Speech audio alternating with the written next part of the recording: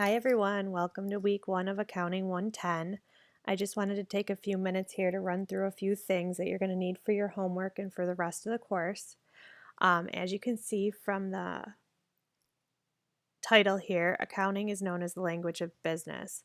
A lot of students like to think that accounting is math, but most of the math that we do in accounting is addition, subtraction, sometimes we multiply or divide, but it doesn't really get more complicated than that.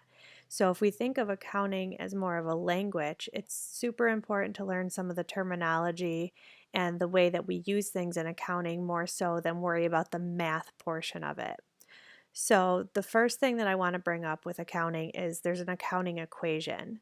In the accounting equation, we have assets equals liabilities plus equity, also known as owner's equity. When we expand out that accounting equation, we get assets equals liability plus equity, but equity turns into owner's capital minus owner's withdrawals plus revenues minus expenses. And as you can see at the end of that accounting equation with the revenues and expenses, that's what really makes up the company's net income, or how much money they're getting out of the business at the end of a period.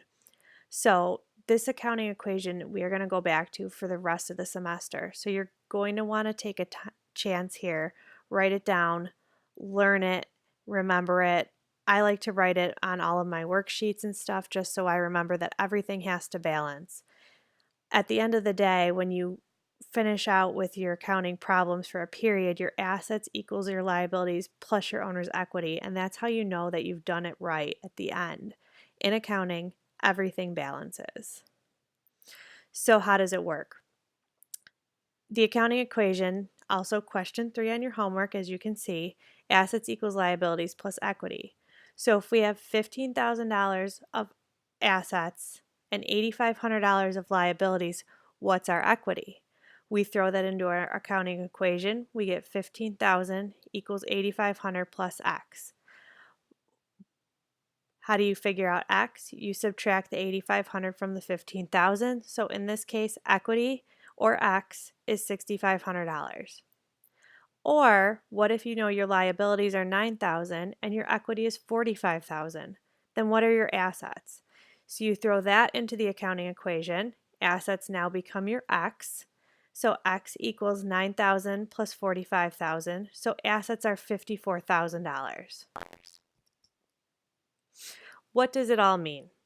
Again, like I said in the beginning, you're going to want to learn and understand the definitions, especially in chapters 1 and chapters 2. Assets are something a company owns, something they have control over. They can be physical, they can be things like copyrights or stuff like that, but that comes later on in accounting.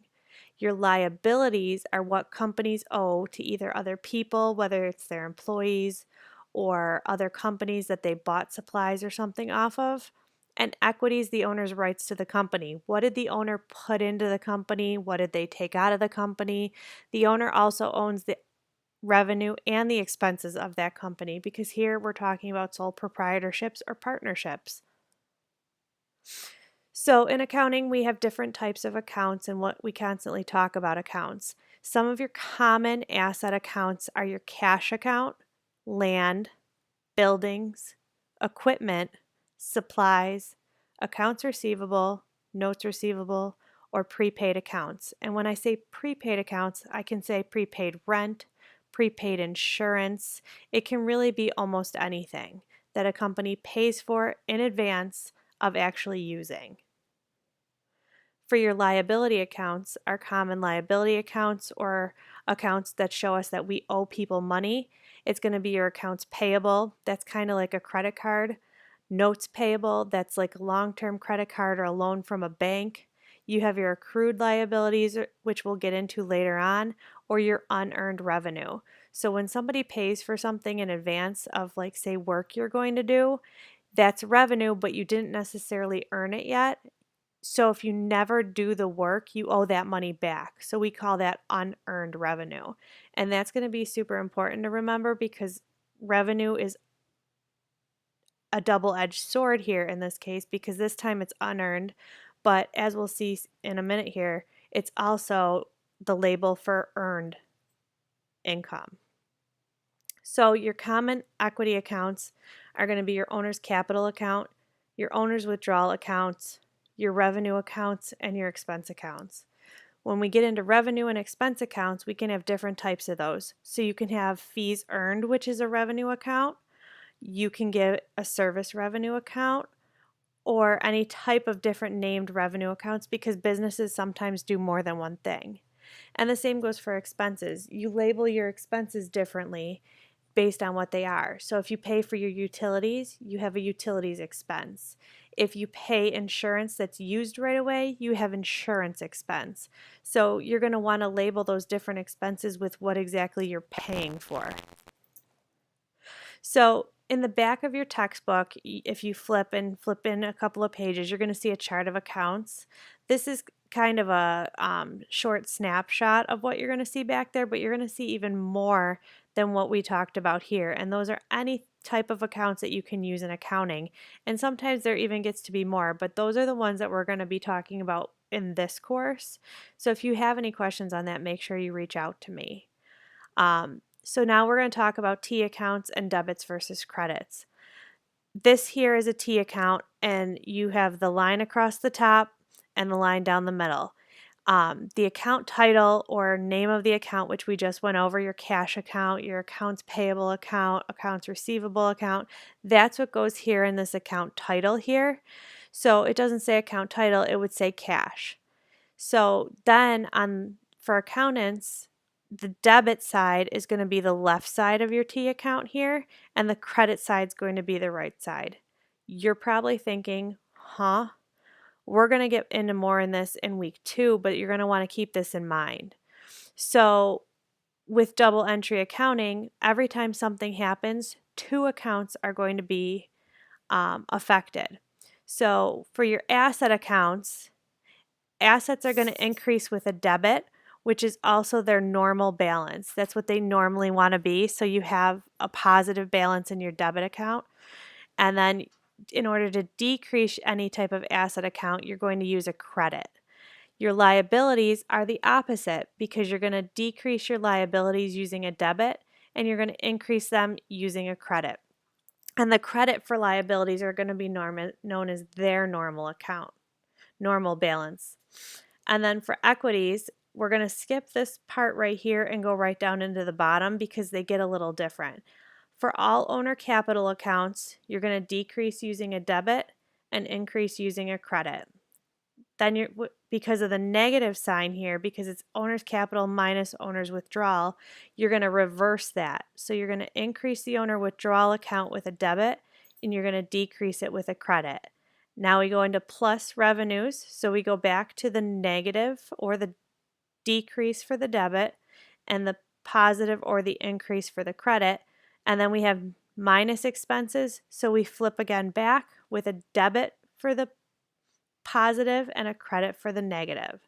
I know this seems like a lot, but just stick with it. The more you do it, the more this will get easy for you guys. So here's question 2 on your homework. Transaction analysis. So, for example, Chaz Taylor invests $30,000 cash to start the business Fast Forward. Which 2 accounts are involved? Well, Chaz Taylor is going to be an account. He invests $30,000 cash, another account, to start the business Fast Forward. So, the questions we ask: who is Chaz Taylor? Well, in this case, I'm going to give you a little secret. He's the owner. So therefore, the owner invested into the company. So what's the account name? The account name is Owner's Capital, or we can call it Chaz Taylor Capital because Chaz Taylor is the owner. What did the owner invest into the company? Well, the owner invested cash. So what is the account name for that? Well, cash, we call cash. It's that simple. Don't overthink it. What type of accounts are each? So our owner capital account, like we previously reviewed, is the equity account, and our cash account is an asset account. Let's try that again. I know this can be a little confusing. We purchased equipment, and by we, I mean the company, for $26,000 cash. What 2 accounts are involved? Well, what was purchased? Equipment was purchased. What is the name of the account for equipment? We literally just call it equipment. Accountants aren't very creative people, so to speak. We like to name things exactly what they are. So how was that equipment paid for? It was paid for in cash.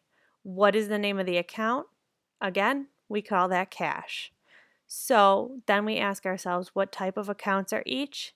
Equipment is an asset account, and cash is also an asset account. So how does that fit into the accounting equation? So again, our accounting equation, assets equals liabilities plus equity. Chaz Taylor invested $30,000 cash to start the business fast forward. So we have $30,000 in assets equals no liabilities and $30,000 in equity. So 30,000 equals 30,000. Our accounting equation balances. So then we also purchased equipment for $26,000 cash. So our equipment was $26,000. We paid out or subtracted out $26,000 in cash, another asset. We had no liabilities and no equity. So at the end of this, 0 equals 0. And again, we balance. So all of this comes once you do all these types of transactions and various things happen, you get balances to these accounts. And we'll talk about how you do that more in chapter 2. But to get our feet wet a little bit, in question 4 on our homework, we prepare a trial balance. There's 3 steps involved in preparing that trial balance. So we list each account title and its amount from the ledger in the trial balance. If an account has a 0 balance, we list it with 0 in the normal balance column. So again, that's either your debit or a credit, depending upon what type of account you have, or you can leave the account off the trial balance completely. You compute your total debit balances and total credit balances, and at the end, your debits have to equal your credits in order for you to be correct. So let's take a look at a trial balance. So here we have our list of accounts: cash, accounts receivable, supplies, prepaid insurance, equipment, the different things that a company has. We then input the balances of those accounts into the correct columns, debit or credit, whichever is the normal balance, or sometimes the opposite balance or the negative balance, but the appropriate balance. And then we literally just total down the line here. And at the end, your total debits equal your total credits. And that's how we know we did everything right and we don't have a lot of errors. But what if it doesn't balance? We have to figure out where the errors are. So here are some helpful hints to help you figure out maybe kind of where you might have went wrong. So my first suggestion is to make sure you totaled each column correctly. I know I can sometimes put things in incorrectly in the calculator, so just go back and double check real quick. It's the quickest way to do it, and it's the easiest mistake to make. So you make sure you entered the balance. So if that doesn't work, you go back to your ledger. You make sure you have enough zeros and you didn't transpose any numbers from the ledger, and just double check the numbers you have written in there. Then, if that doesn't work, you have to go back and make sure that you have everything in the correct debit or credit columns. Because if you have it in the wrong column, you're going to throw the whole thing off. So you recompute each balance, you verify your journal entries or your transactions from before, but we'll get into 4, 5, and 6 later on. So eventually, this information from the trial balance all gets pushed into our financial statements. And there's 4 major financial statements that we're going to talk about. It's our income statement, our statement of owner's equity, our balance sheet, and our statement of cash flows. Right here, I gave you guys a little bit of an explanation of each. Your income statement is your revenues and expenses, giving you your either net income or loss over a period of time. Your statement of owner's equity shows the changes in how the ownership of the business is, from your owner investment and your withdrawals to your net income or loss. And then your balance sheet takes back into consideration your accounting equation. So assets equals liabilities plus equity. And then your statement of cash flows just shows the cash inflows and outflows over a period of time. But we'll get even more familiar with those as time goes on. I just wanted to give you guys a little bit of a taste of that. So please go through your homework, give it a try. I always offer redos on everything, so don't feel bad if you make a mistake. You can redo it and just get it in. Let me know if you guys have any questions. I'm here to help, and I look forward to working with you guys this semester.